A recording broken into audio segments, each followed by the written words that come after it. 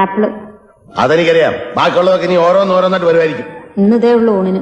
എന്താ ചോറും കറിയൊന്നും വെച്ചില്ലേ? ഇല്ല, ഇതും നിന്ന് വെള്ളം കുടിച്ചാൽ മതി. വേണേ രണ്ടെണ്ണോട് തരാം. അത് നിന്റെ മറ്റവനോട് കൊടുത്താൽ മതി.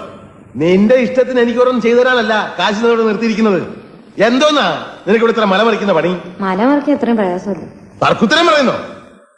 മിണ്ടാണ്ട് നിന്നാ വായിൽ കൊഴുക്കട്ടെയാണോ ചോദിക്കും. മിണ്ടിപ്പോയ തർക്കുത്തരായിപ്പോ. ഇതെന്തോന്നാണ് അപ്പനെ? എന്നാ നേരെ വല്ലതും ചെയ്യാനുള്ള സൗകര്യം ഉണ്ടോ? അതുമില്ല.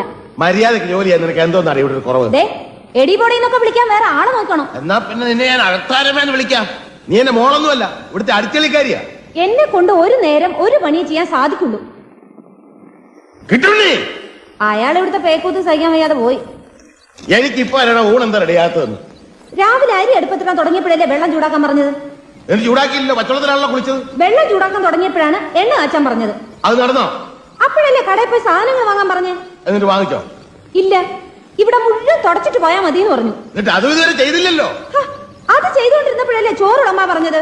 കഴുകി വെച്ച് അരി ഇരിപ്പുണ്ട്, മതിയെങ്കിൽ അത് വിളമ്പാം. അത് നിന്റെ തന്തയോട് എന്ന് പറഞ്ഞാൽ മതി. തന്തയോട് തന്നെ പറഞ്ഞു.